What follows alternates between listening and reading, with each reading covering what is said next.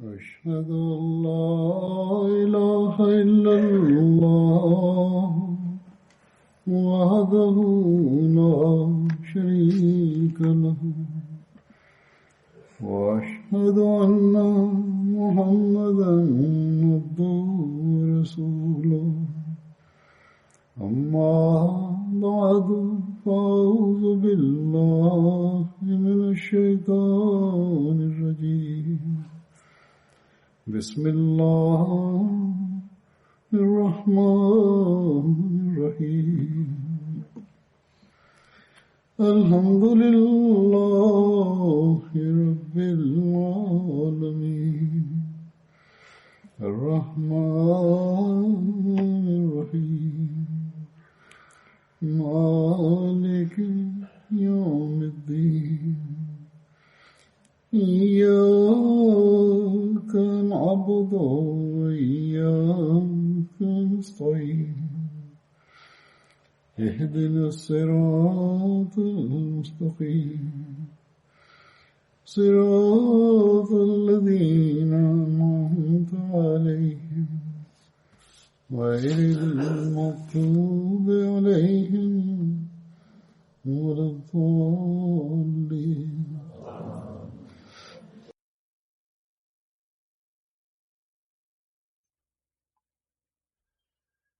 After reciting the Tashahhud, Ta'awuz and Surah Al-Fatiha, Hazrat Khalifatul Masih V, Ayyadahullah Ta'ala binasrihi al-Aziz stated that the name of the companion who I will mention today from among the Badri companions, i.e. those companions who took part in the Battle of Badr, is Hazrat Hilal radiyallahu ta'ala anhu.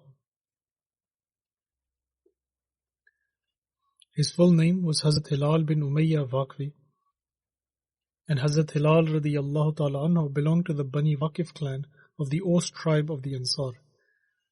His father's name was Umayyah bin Amir, and his mother's name was Unesa bint Hidam, who was the sister of Hazrat Kulsum bin Hidam radiyallahu ta'ala anhu. Hazrat Kulsum bin Hidam radiyallahu ta'ala anhu is the companion whose house in Quba the Holy Prophet, peace be upon him, stayed upon his migration to Medina.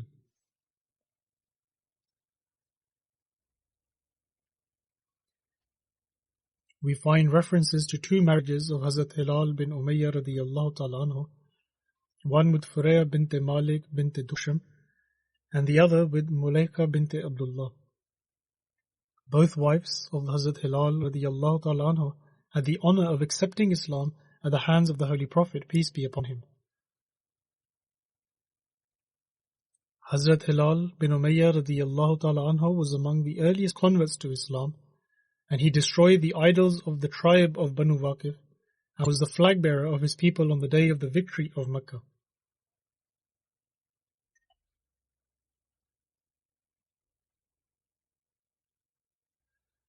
Hazrat Hilal radiyallahu ta'ala anhu had the honor of participating in the battles of Badr, Uhud and other later battles along with the Holy Prophet, peace be upon him. However, he was unable to participate in the battle of Tabuk.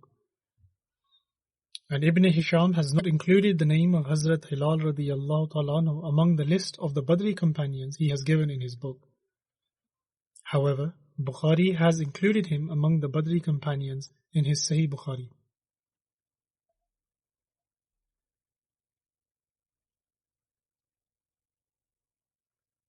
Hazrat Hilal bin Umayyah radiyallahu ta'ala anhu was among the three Ansari companions who failed to participate in the Battle of Tabuk without having any excuse. The other two companions were bin Malik and Murara bin Rabi radiyallahu anhuma. And the following verse of the Holy Quran was revealed in relation to them.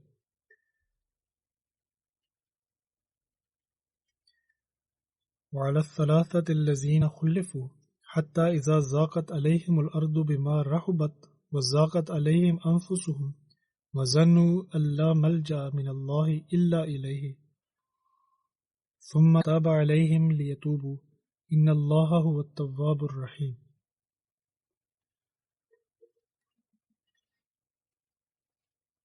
That is, and He has turned with mercy to the three whose case was deferred, until the earth became too straight for them with all its vastness, and their souls were also straightened for them, and they became convinced that there was no refuge from Allah save unto Himself. Then He turned to them with mercy that they might turn to Him. Surely it is Allah who is oft returning with compassion and is merciful.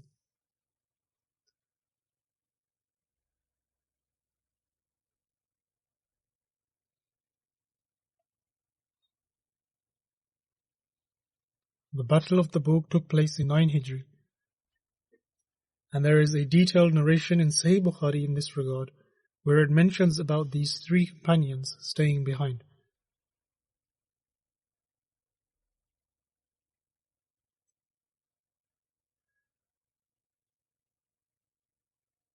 Abdul Rahman, the grandson of Hazrat Ka'b bin Malik radiallahu ta'ala anhu, narrates from his father Abdullah ibn Ka'b that when Hazrat Ka'b radiallahu ta'ala anhu lost his eyesight, he used to help him walk to places. He narrated that he heard Hazrat Ka'b bin Malik radiallahu ta'ala anhu narrate the following incident. In this narration with regards to Hazrat Ka'b radiallahu ta'ala anhu is quite lengthy. Hazrat Hilal bin Umayyah radiallahu ta'ala anhu, the companion whose account I am relating, is also mentioned in this narration.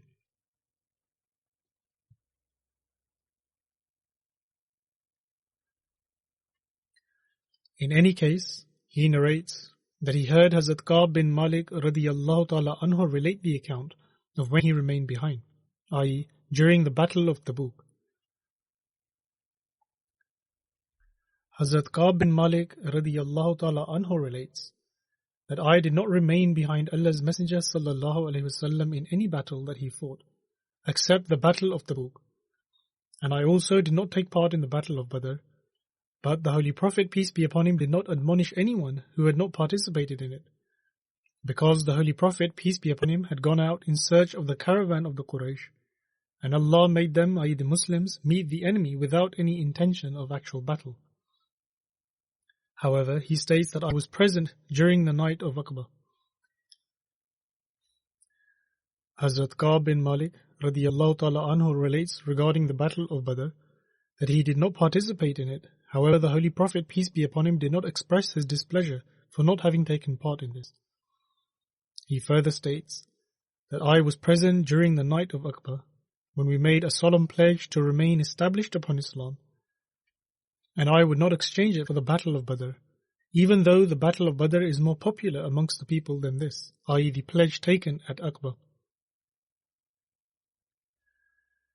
Hazrat Ka'b bin Malik radiyallahu ta'ala anhu further relates that as for me, I had never been stronger or wealthier than I was when I remained behind the Holy Prophet, peace be upon him, i.e. during the Battle of Tabuk. He states, by Allah, never had I owned 2 she-camels before, except at the time of the Battle of Tabuk. And whenever the Holy Prophet, peace be upon him, intended to go forth for battle, he would keep it discreet and appear as if to be heading in another direction.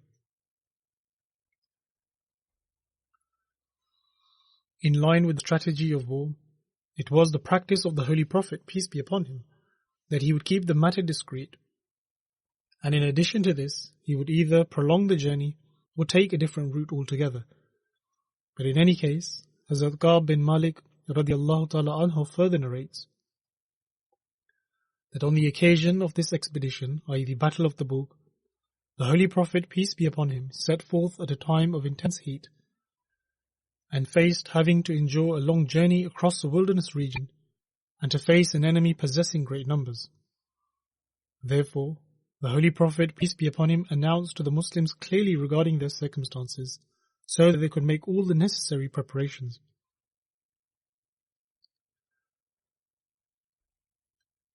On the occasion of this particular battle, the Holy Prophet, peace be upon him, did not keep anything hidden. Rather, he informed them of the destination and also who the enemy was, so that they could make the necessary preparations. Hazrat Ka'b bin Malik radiyallahu ta'ala anhu then further narrates that the Holy Prophet, peace be upon him, also revealed to them the direction they were going to head towards, and he was accompanied by a large number of Muslims. And anyone who intended to be absent would think that the matter would remain hidden from the Holy Prophet, peace be upon him, unless Allah the Almighty revealed it through divine revelation. The Holy Prophet, peace be upon him, left for this battle at a time when the fruits had ripened and the shade felt pleasant, i.e. in the hot season. The Holy Prophet, peace be upon him, and his companions began to make preparations, and I also would set out with them in the morning. However, I would return without having made any preparation. He would leave in the morning with the intention to make preparations for the expedition, but he would return in the evening having failed to make any. Hazrat Ka'b bin Malik radiyallahu ta'ala anhu further narrates that I would say to myself that I can make the preparations as I have all the provisions at hand, and thus remained lax in this regard until the people had made all the preparations. And one day the Holy Prophet, peace be upon him, set forth for the battle, and the companions also left with him. However, I had failed to make any preparation for my departure, and so I thought to myself that I shall make the necessary preparation 1 or 2 days after the Holy Prophet, peace be upon him, had left, and will then join the rest as I had the means to travel and could do so with great ease. And so, in the morning following their departure, I went out to get myself ready, but returned having done nothing. Then again, in the next morning, i.e. the third morning, I went out to get ready, but returned without having made any preparation. Such was my condition, and in the meanwhile the army had proceeded far ahead with great pace. I then decided to leave and join them. And if only I had done so, but in fact I was unable to do so.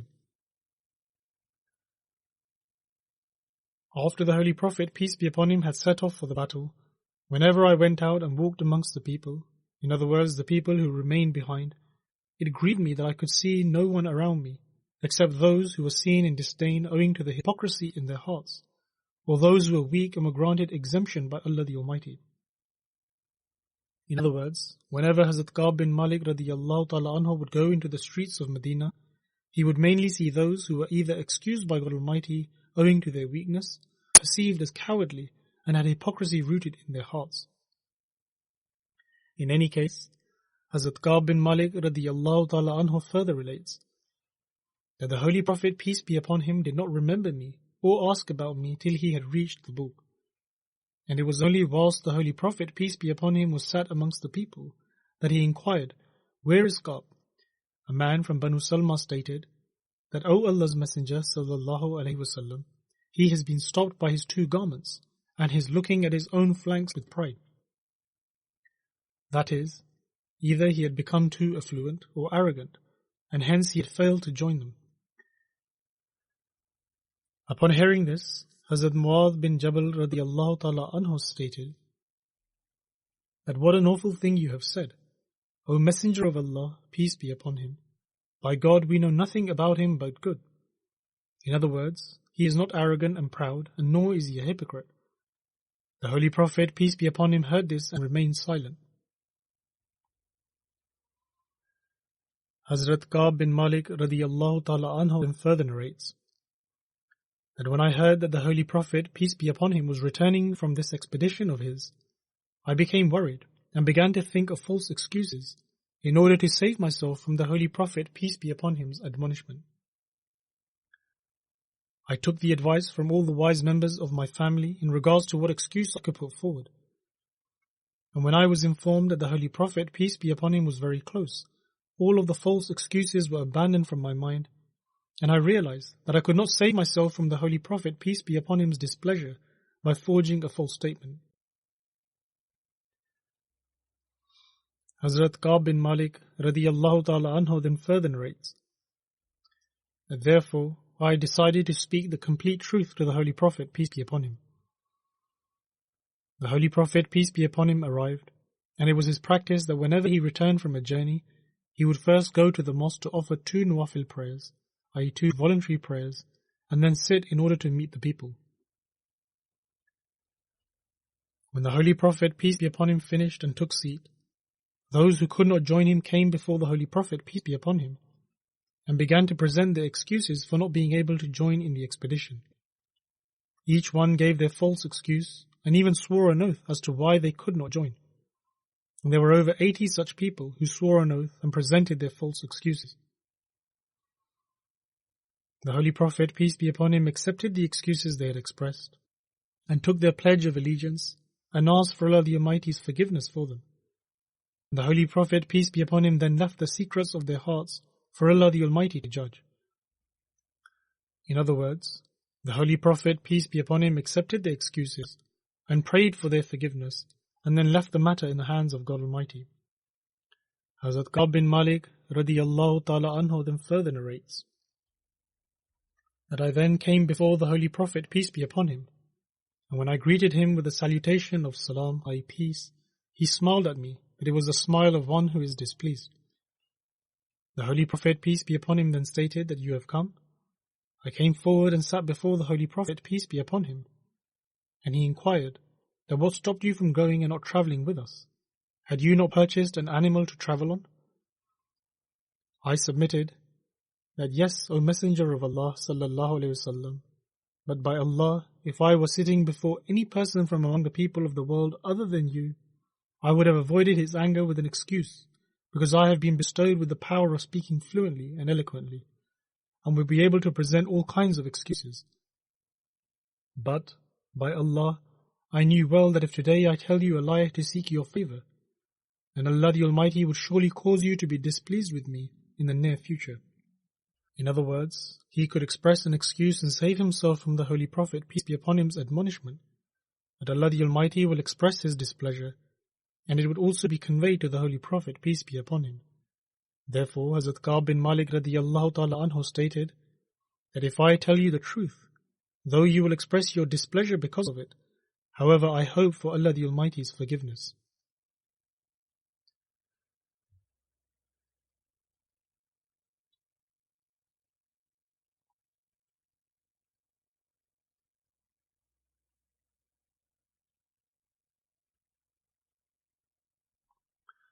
Hazrat Ka'b bin Malik radiyallahu ta'ala anhu then further states that I then submitted to the Holy Prophet, peace be upon him, that by God, I do not have any excuse, and by God, I had never been stronger or wealthier than I was when I remained behind you. Upon hearing this, the Holy Prophet, peace be upon him, stated that he has spoken the truth. After this, the Holy Prophet, peace be upon him, stated that stand up and leave from here until Allah the Almighty issues a decision regarding you. Hazrat Ka'b bin Malik radiyallahu ta'ala anhu states that I stood up and left, and some of the people belonging to the Banu Salmah tribe followed me and stated that by Allah we have never witnessed you committing any wrong before this. Surely you did not offer an excuse to Allah's Messenger sallallahu alaihi wasallam, just like the others did who failed to go. As mentioned before, that there were around 80 people who had made up excuses for failing to join the Holy Prophet, peace be upon him, in the expedition. They further stated that the prayer of the Holy Prophet, peace be upon him, to Allah the Almighty to forgive you would have been sufficient to forgive this sin of yours.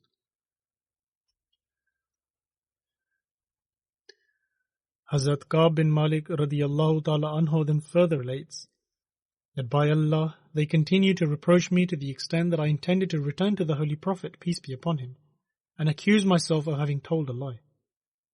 But I asked them, that i.e. those who were approaching him for telling the truth, that is there anybody else who has also expressed before the Holy Prophet, peace be upon him, what I have truthfully expressed? They replied that yes, there are 2 other men who have said the same thing as you have, and both of them were given the same response as was given to you.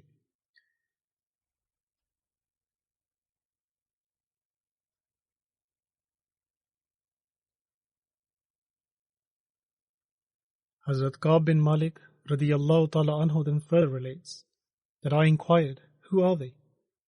And they replied that one of them is Murara bin Rabi Amri, and the other is Hilal bin Umayyah Waqfi. Hazrat Ka'b bin Malik radiyallahu ta'ala anhu states that they had mentioned 2 such pious individuals who had previously taken part in the Battle of Badr, and in whom there was an example for me. When people had mentioned the names of these 2 individuals, I went to meet them, and at the time the Holy Prophet, peace be upon him, had prohibited all the Muslims from speaking to us. When it was mentioned that there were 2 other individuals who had acted in a similar manner, Hazrat Ka'b bin Malik radiyallahu ta'ala anhu states that I knew that they were truly pious and had also taken part in the Battle of Badr. Therefore I decided to join them and not present any excuse.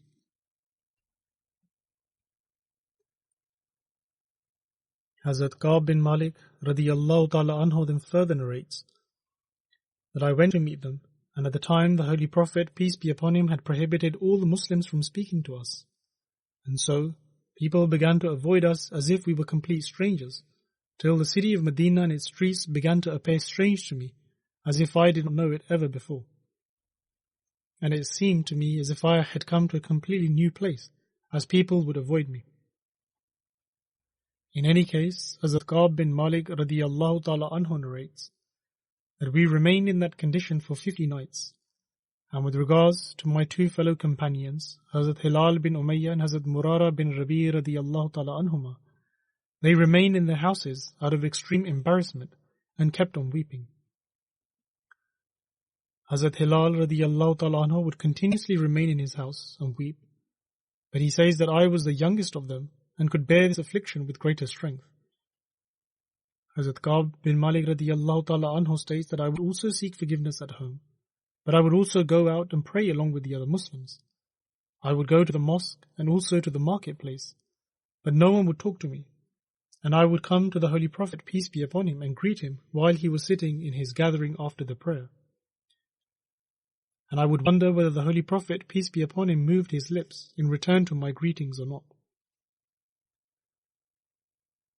Hazrat Ka'b bin Malik radiyallahu ta'ala anhu then further states that I would then offer my prayer near to the Holy Prophet, peace be upon him. I would discreetly look at him, and when I was busy with my prayer, the Holy Prophet, peace be upon him, would turn his face towards me. But when I turned my face to him, the Holy Prophet, peace be upon him, would turn his face away from me. Hazrat Ka'b bin Malik radiyallahu ta'ala anhu then further narrates that when this severe attitude of the people took its toll on me, I walked till I scaled the wall of the garden of Hazrat Abu Qatada radiyallahu ta'ala anhu, who was my paternal cousin and the dearest person to me, and I offered my greetings to him, and by Allah he did not return my greetings. I then said that, O Abu Qatada radiyallahu ta'ala anhu, by Allah I ask you, do you know that I love Allah and His Messenger sallallahu alaihi wasallam? However, he remained silent. I asked him again in the name of God, and again he remained quiet. I then asked him a third time in the name of God, and he replied that Allah and His Messenger sallallahu alaihi wasallam know better. In other words, whether he loves them or not. Upon hearing this, tears began to flow from my eyes, and I jumped over the wall and returned. Hazrat Ka'b bin Malik radiyallahu ta'ala anhu then further narrates that while I was walking in the market of Medina, suddenly I saw a Nibti, i.e. Christian farmer from the region of Levant, who came to sell his grains in Medina, and he was saying that who will lead me to Ka'b bin Malik? The people began to point me out for him till he came to me and handed me a letter from the king of Ghassan in which the following was written. To proceed, I have been informed that your friend has strictly dealt with you and has excluded you from them.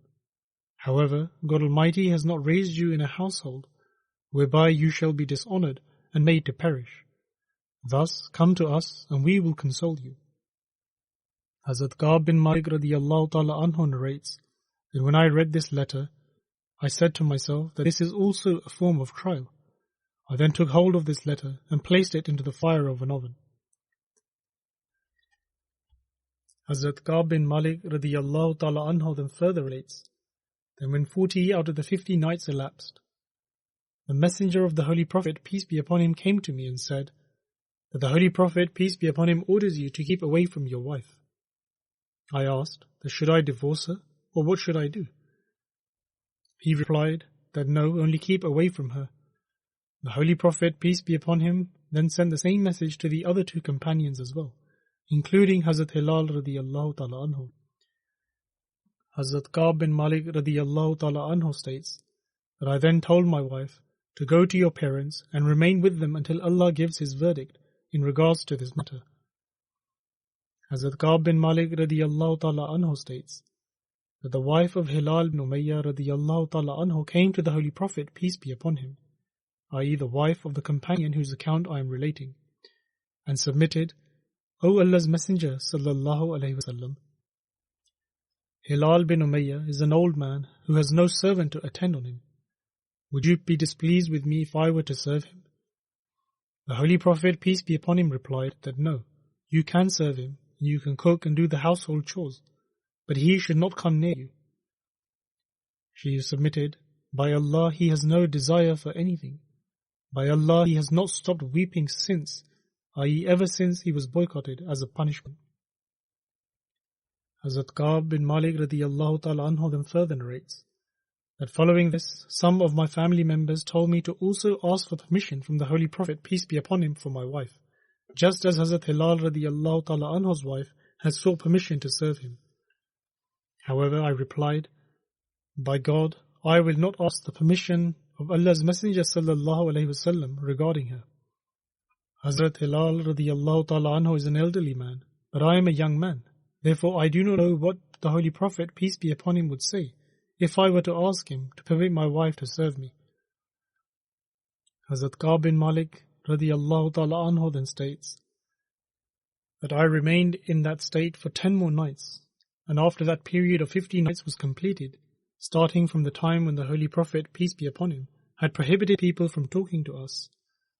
And when I had offered the Fajr prayer on the 50th morning, I was on the roof of one of our houses, and whilst I was sitting in the very condition which Allah the Almighty has described, that is, that my very soul seemed straightened to me, and that the earth too seemed straightened for me for all its vastness. It was at that very moment I heard the voice of one who had ascended the mountain of Salah, which is the name of a mountain in the north of Medina, and he shouted, O Ka'b bin Malik, for you are glad tidings. Upon hearing this, I fell in prostration before Allah the Almighty, and realized that this period of difficulty had now been removed. Since the caller had mentioned glad tidings, therefore he knew that he had been indeed forgiven. That morning, the Holy Prophet, peace be upon him, completed his Fajr prayer, and then announced that Allah the Almighty, out of His benevolence, has forgiven them of their error. Upon hearing this, people came to congratulate us, and they also went to congratulate my two fellow companions, that is, Hazrat Hilal radiyallahu ta'ala anhu and the other companion. Another person came speeding towards me on horseback, and one of the men from the Banu Aslam tribe came running and ascended the mountain, and his voice was swifter than the speed of a horse. And when this particular individual, whose voice I had heard from the mountain top, came to me to convey the glad tidings, by God, I only had 2 pieces of cloth in possession at the time, and gave both of them to him, for he had conveyed to me the glad tidings. I then borrowed 2 more garments, and wore them, and went to the Holy Prophet, peace be upon him. There were crowds of people who met me and congratulated me on account of Allah the Almighty's acceptance of my repentance. They would say, Congratulations, for Allah the Almighty has bestowed His mercy upon you and accepted your repentance. Hazrat Ka'b bin Malik radiyallahu ta'ala anhu then further narrates that when I finally entered the mosque, I saw the Holy Prophet, peace be upon him, was seated, and there were people gathered around him. Hazrat Talha bin Ubaidullah radiyallahu ta'ala anhu saw me and ran towards me, and shook my hand and congratulated me. And by Allah, none of the Muhajirin got up for me except him, i.e. Talha radiyallahu ta'ala anhu, and I will never forget this act of his.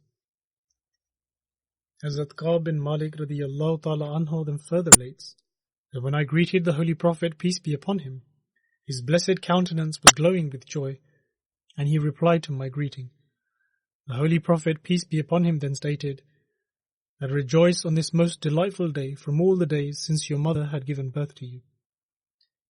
I then asked the Holy Prophet, peace be upon him, that, O Prophet of Allah, is this glad tidings from you or from Allah? The Holy Prophet, peace be upon him, replied that no, it is from Allah. Whenever the Holy Prophet, peace be upon him, became happy, his face would shine like the moon, and from this we could always determine his state of happiness. When I sat before him, I said, O Allah's Messenger sallallahu alaihi wasallam, because of the acceptance of my repentance, I will give up all my wealth as charity for the sake of Allah the Almighty and His Messenger sallallahu alaihi wasallam. The Holy Prophet, peace be upon him, replied that keep some of your wealth as it will be better for you. And so I submitted, in that case I will keep my share from Khaybar. And then stated that, O Allah's Messenger, peace be upon him, Allah has saved me because I spoke the truth. Thus, owing to the acceptance of my repentance, I shall always speak the truth for the rest of my life.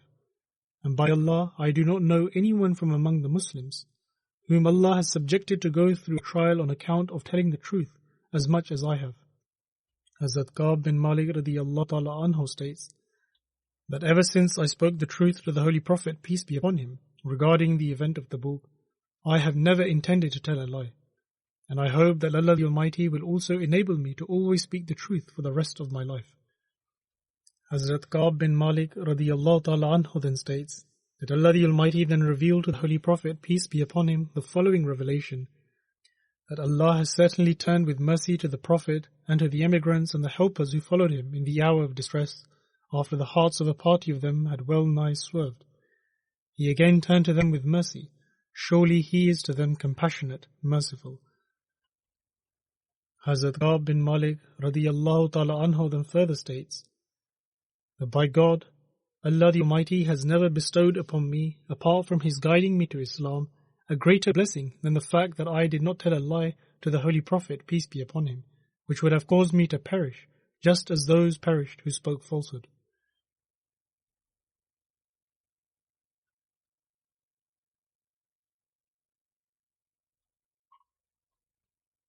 Hazrat Ka'b bin Malik radiyallahu ta'ala anhu then stated that Allah the Almighty has described those who speak lies in the strongest of terms as being extremely despicable, and has never described anyone in such a manner before.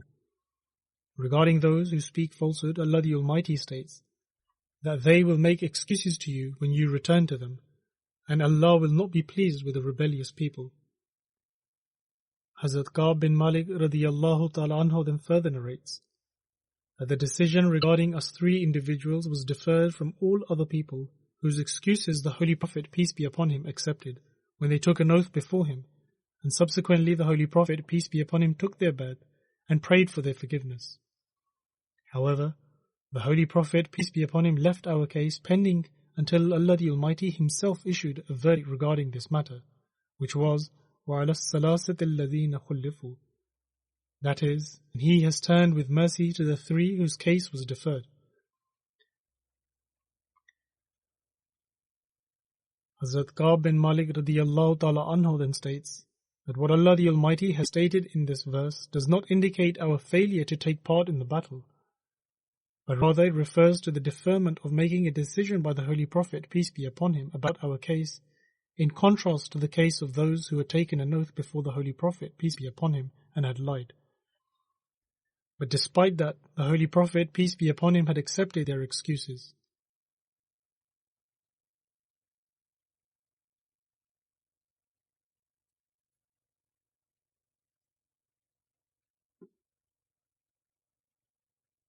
It is said that Hazrat Hilal bin Umayyah radiyallahu ta'ala anhu passed away during the rule of Amir Muawiyah.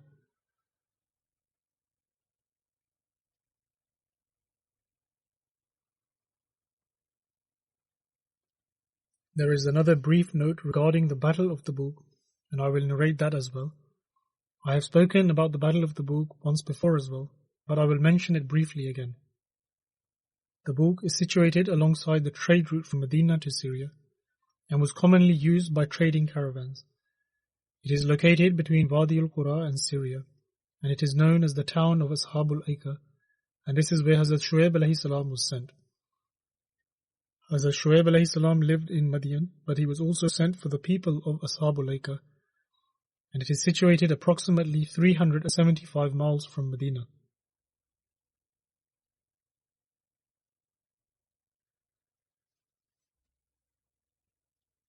The Battle of Tabuk is known by several other names, Ghazwatul Usra or Jayshul Usra, which means the difficult battle or the army that faced difficulty. And it is also known as Ghazwatul Faziha, i.e. the battle that would humiliate and dishonor the hypocrites.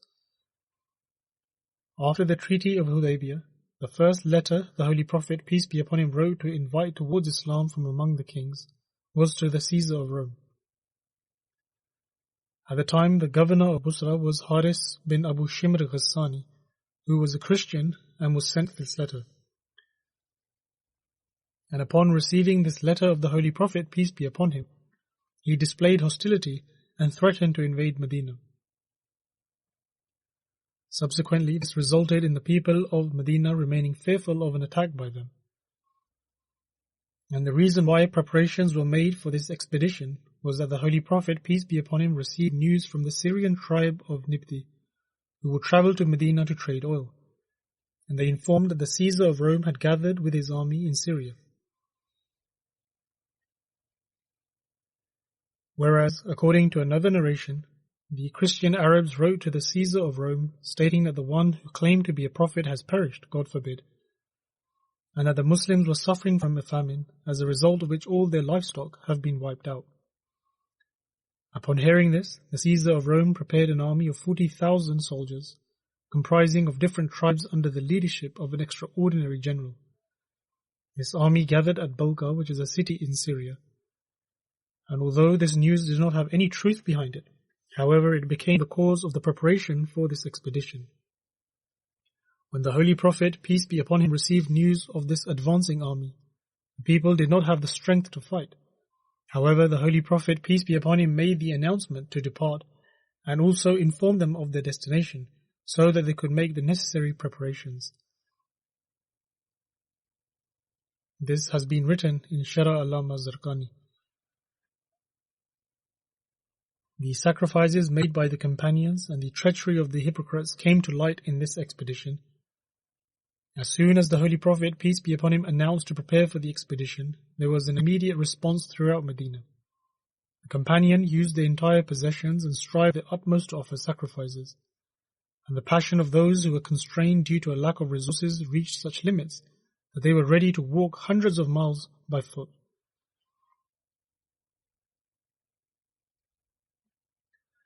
In order to prepare for this expedition, some people went to their homes, whereas others gathered their wealth and strived to present as much as possible before their master, the Holy Prophet, peace be upon him.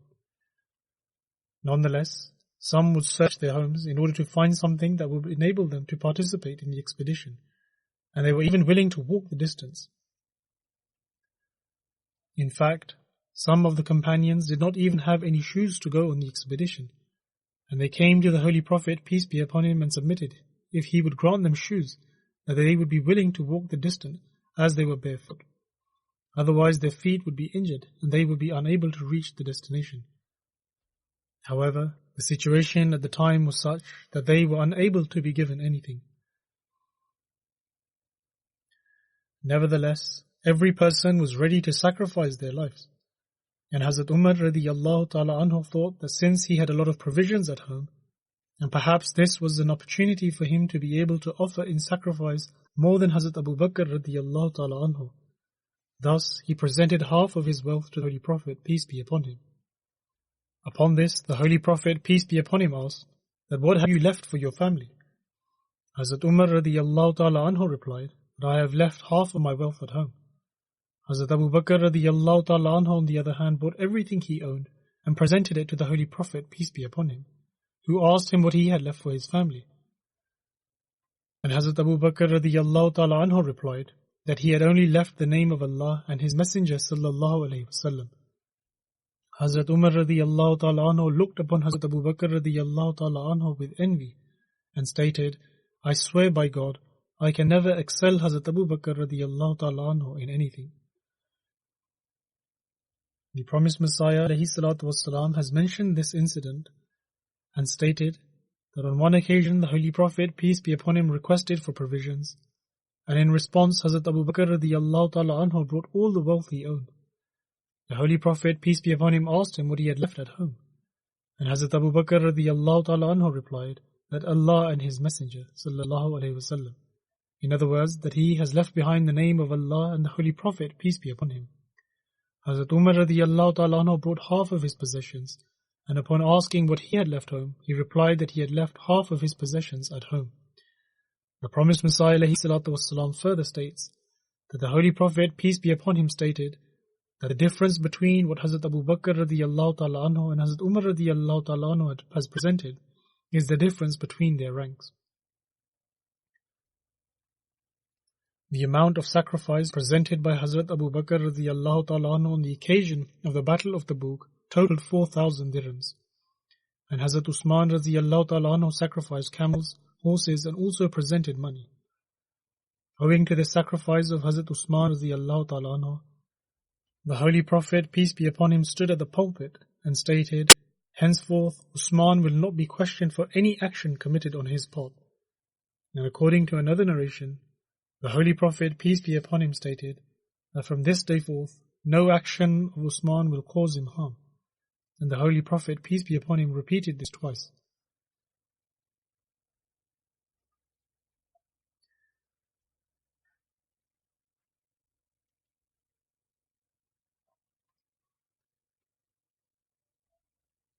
Hazrat Abu Aqil radiyallahu ta'ala anhu was a companion who did not own anything that he could present as a sacrifice. And so he devised a plan and agreed with someone that he would spend the night watering a field. And so he spent the entire night obtaining water from the well and watering the field. In exchange for this, he was given 2 sa, which is approximately 4 to 5 kilos of dates. Subsequently, he gave half to his wife and children and took the remaining half and presented himself before the Holy Prophet, peace be upon him, in order to present it as a sacrifice in the way of Allah the Almighty.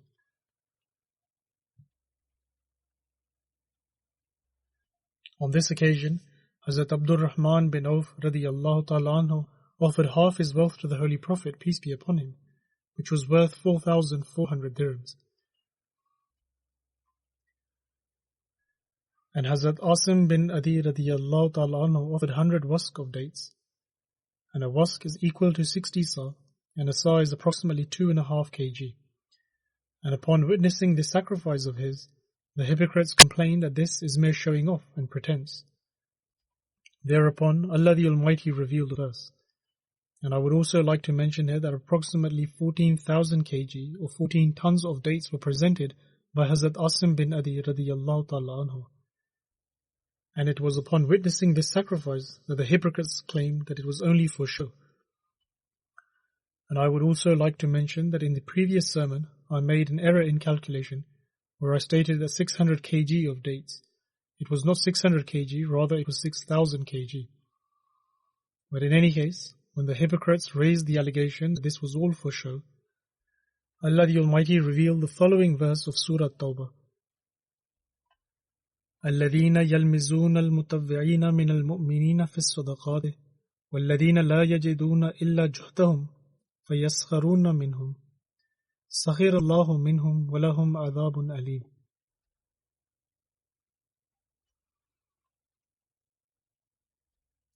That is, those who find fault with such of the believers as give alms of their own free will, and with such as find nothing to give save the earnings of their toil, they thus deride them. Allah shall requite them for their derision, and for them is a grievous punishment.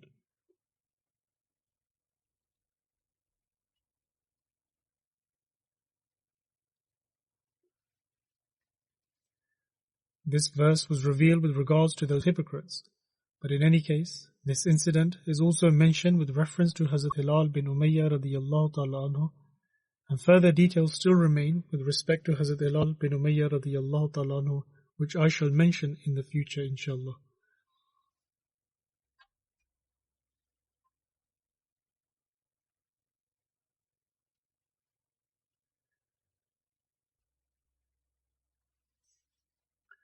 I shall now announce on behalf of the Waqf-e-Noor department that they have developed a website by the name waqfenorinternational.org, which shall be officially launched today, inshallah. On this website, parents can directly contact and acquire information from this department with regards to the letters they have written for their expecting children to be accepted in this scheme and their reply. Furthermore, parents can find the guidance and instructions I have given in terms of the education and upbringing of Waqf-e-Noor children. Moreover, one can access the sermons and addresses of the Khulafa, the Waqf-e-Noor syllabus, and editions of the Ismail magazine for boys and the Maryam magazine for girls on the website.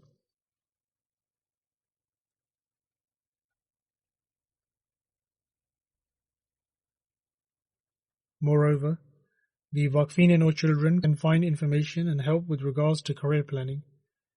There is also the section to renew one's dedication, and also to get in touch with the Waqf-e-Noor department and to keep up to date. Additionally, the Waqf-e-Noor children can also find information about the requirements of the Jamaat and what kind of education they should undertake to best serve the Jamaat. Also, guidance for Waqf-e-Noor secretaries and the administration and report forms will also be available on the website. Furthermore, there are video clips of the various questions and answers, the classes with me, etc. on different occasions. And there is also the introduction to the Waqf-e-Noor scheme and information on how to remain in constant contact with the department.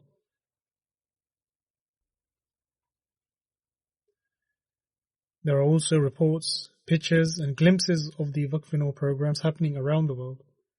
Hence, this website shall be officially launched today, inshallah, which Waqf-e-Noor children and the parents of Waqf-e-Noor should benefit from.